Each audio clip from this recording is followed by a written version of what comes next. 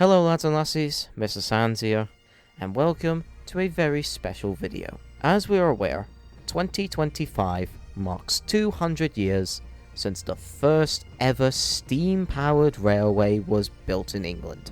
I wanted to take part in the festivities, but wasn't so sure on what I was to do. Then I came up with this idea. In this video, we're going to be discussing on how our favourite characters from Adventures of the Great Scottish Railway are doing in 2025. Now, there is a lot to cover. Various backstory information surrounding the 2000s and 2010s. But before we get to any of that, there are a few ground rules I need to address. First of all, this video will only be discussing about the engines and workers of the Great Scottish Railway. No locations will primarily be mentioned in this video, due to the fact that we are still using the old route. Not only that the new route is still in the planning phase, as seen on screen here, well, blurred image, but still, but I thought it was only right we use the route for one last big video. Especially considering we're not going to see it afterwards, so might as well get the best use out of it before we cease filming on it for good. The second rule is that some information mentioned would have primarily been made for this video. Some facts and looks of other characters may be subject to change in future content for AOTGSR, but for now, a lot of these facts will be placeholders, at least when it comes to potential new characters. And finally, anything said in this video will not be directly spoiling anything involving with Season 2. I know how excited everyone is to see that series, and I am aware that some people do not like spoilers, especially when the series is still in development. Don't you worry about being spoiled. While a few things will be mentioned here and there, direct mentions to the plots of said stories will not be included in this video. And with that, let us begin.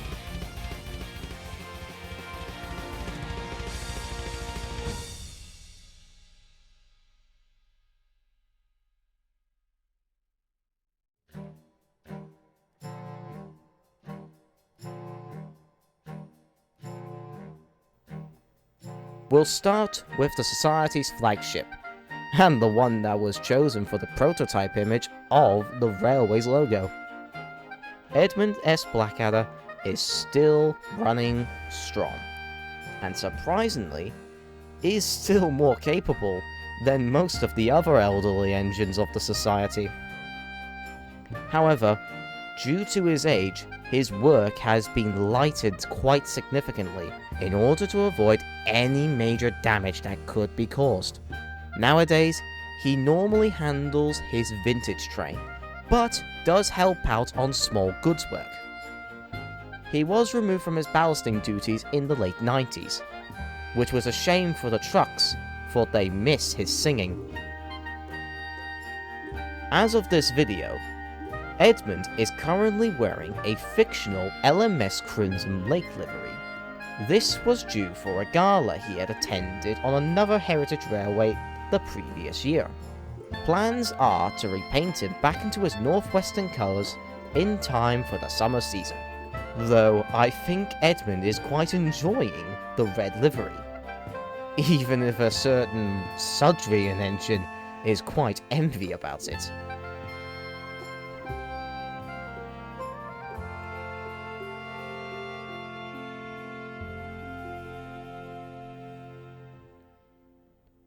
Unfortunately, there's not much else to mention about Edmund in the current era, so we'll move on to the next.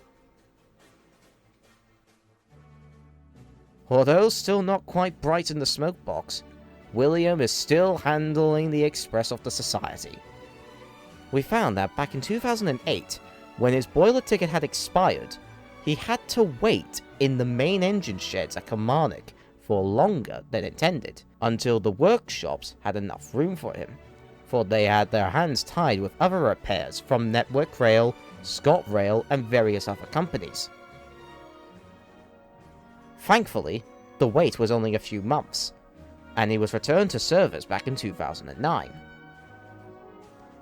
If you remember from a few teasers ago, he had mentioned briefly that he now handles rail tours as of early 1970. We also found that in 2014, the Society had been in talks with, at the time, Virgin Trains, to have William continue running various rail tours across the United Kingdom, for his ticket had expired a decade prior.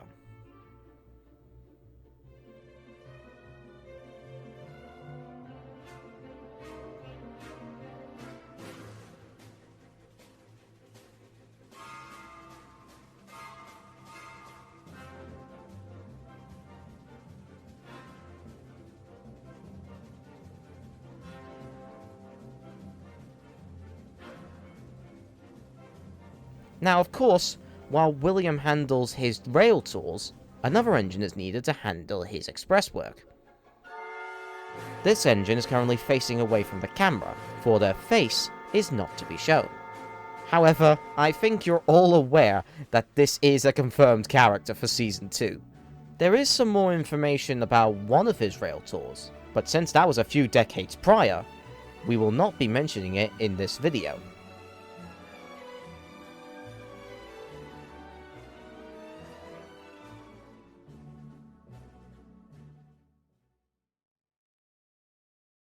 I think it's about time we moved on to the good side of the Society. Starting off with the main Aussie himself. With his mainline certificate still active, Malcolm handles regular goods work just as well as he had before. However, we found out that he is due in for a 5-yearly service soon in early 2026. As of April, he is still in running order, and is able to handle his duties until he is put out of service. While he does handle the goods work, he does also help out with passenger service on the odd occasion. This only happens when said engines aren't available, and as much as I'd like to say, there haven't been that many recordings of him pulling the express, although any record that we have found cannot be mentioned in this video as well.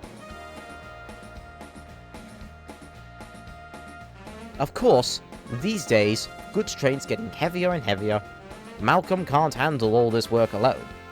That's why the Society has their very own mainline diesel. Once again, this engine's face will be facing away from the camera. However, we all know that this is another character that is confirmed for the second season. I would like to point out any other new characters that we show in this video have likely not been confirmed or have yet to be finalized for future AOT GSR content.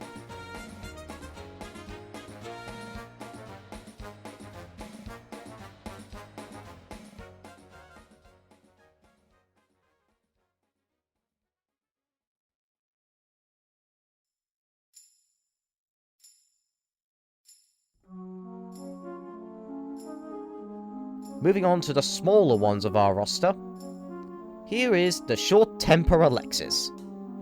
Although, she has changed quite significantly since the last time you saw her.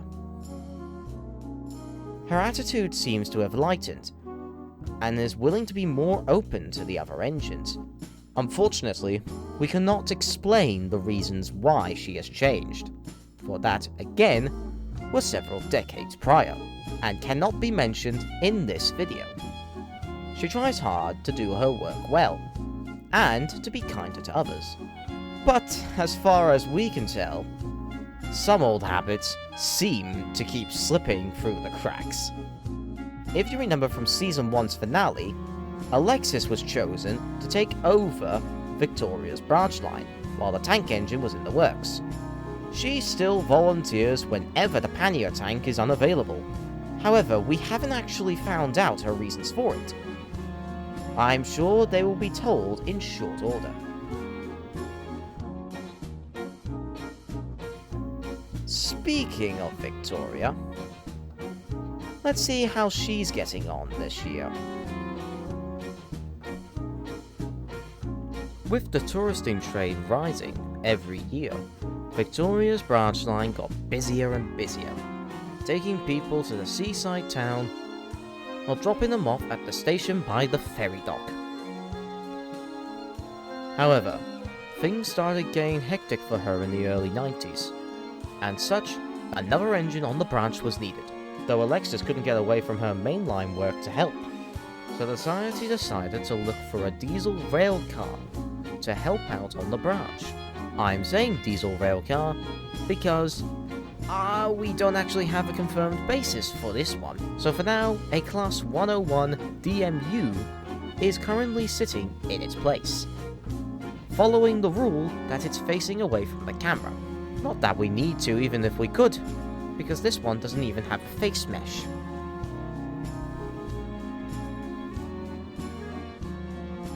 You may have noticed in a few of the latest promotional stuff for AOT GSR that Victoria has been carrying an auto coach.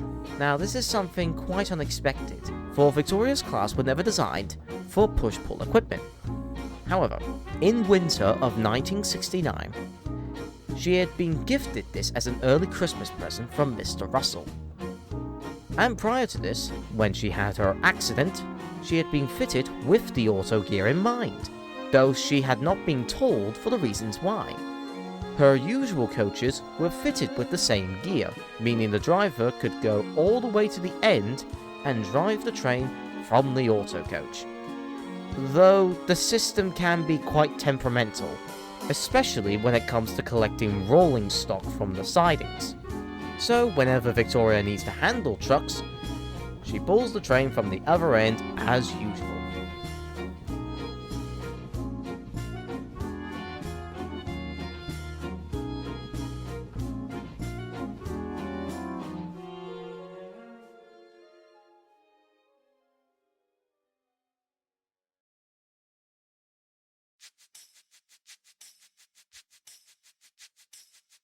Now, while one of our pannier tanks' life has gotten very busy, another's life was changing for the better. Charles has had quite a career change in his life.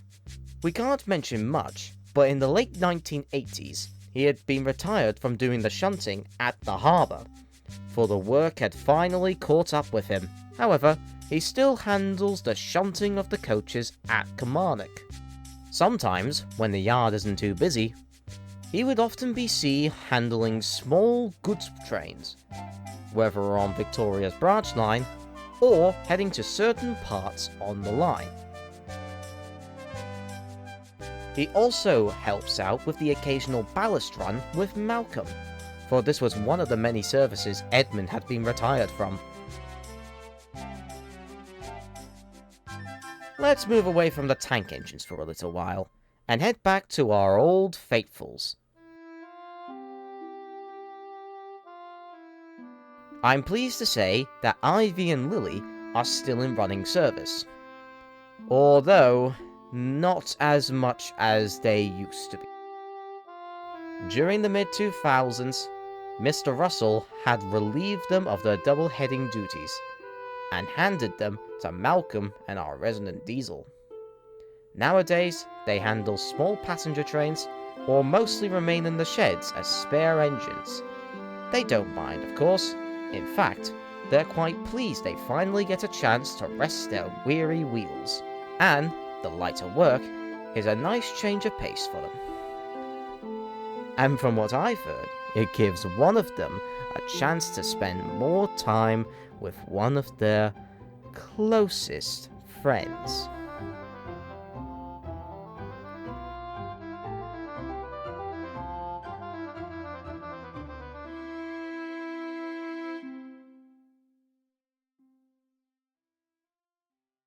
I have a sneaking suspicion the comments are going to go crazy after that comment.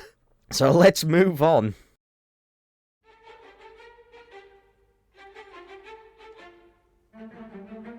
Now, while all the other engines we've mentioned so far are still running, Croven, on the other hand, is the only one of the main fleet currently inactive. In 2019, he was sent to the workshops for a general overhaul, after his crew discovered steaming troubles that were leading back to 2016. Things started off as usual. Croven was shunted into the reserve shed meant for GSR engines only, and the workmen began looking him over before they started to make and order his new parts. However, things changed in March of 2020. I'm sure we are all aware of what happened that year, but to those who don't live in the UK, that was the month of the year when the first lockdown hit the UK. Now, Scotland only received one lockdown, while England received several, but that still led to all industries grinding to a halt, as everyone had to remain in their homes. This led to Croven's overhaul being halted until the workshop could allow their workers to return. Thankfully, as of this video, progress has been made and plenty of money has been raised. The plans are he should be ready to return to work in the next few months, which will be a relief in itself to Lachlan, having to hear a whiny, bored K-Class living in his works rent-free for the past 6 years. Speaking of Lachlan, what a brilliant segue. Lachlan is still operational and remains as the main workshop shunting engine to this day. However, like Charles, in the late 80s, his workload began to become too much for him. But unlike Charles, he wasn't retired. Instead, the workshop board of directors, being the cheap bastards they are, were able to snag 2 Class 08 shunters dirt cheap from the now debunked British Rail. However, these shunters, let's just say they make William look like Albert Einstein.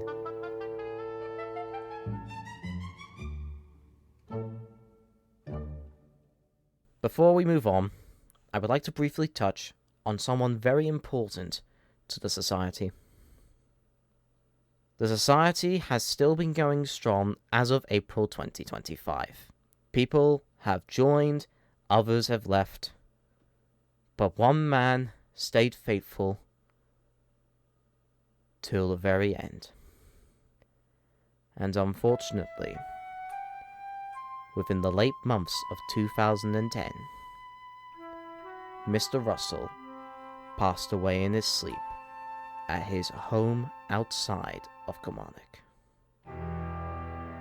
Within his will, he gave the ownership of the Society to his next of kin, at the outrage to some of the Society heads, who were still set in their ways from the past. A memorial was held at Kilmarnock Station. All of Mr. Russell's engines, his family and friends, had gathered to all say a few words. Edmund and Malcolm were the ones to give the most heartfelt speeches. As of this video, Mr. Russell's next of kin, who is asked not to be named in this video, which is not our way of saying we don't know a name for them yet, has been keeping the Society running as smooth as anything. And everyone is very grateful that someone of the Russell family is still in charge. Going back to what I mentioned during Croven's current overhaul, lockdown was a nightmare. All the engines had been shut in the sheds that they were residing in. Most of them were in their main sheds, and had good company, whilst a few of them were stuck at Barrow, and couldn't move for an entire year. Needless to say, the few engines that were stuck there, let's just say they were probably glad to be there and not at the main engine shed, as from what we've heard from a few of them, certain interactions were not ones they had wished to hear.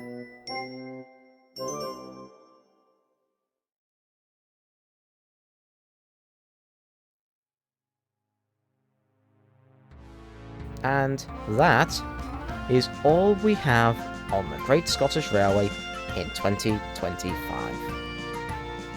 I'd like to thank you all so much for tuning in, and hope you will all enjoy the rest of the Railway 200 festivities. Myself and everyone else on the AOT GSR team really hope that you enjoy what we have here. And we like to thank you all for your patience so far on Season 2. Don't you worry about the series, everyone. It will return soon. We are all working very hard to make it the best we can. I will be doing my best to keep you all updated in the official Mr. Sands Discord server.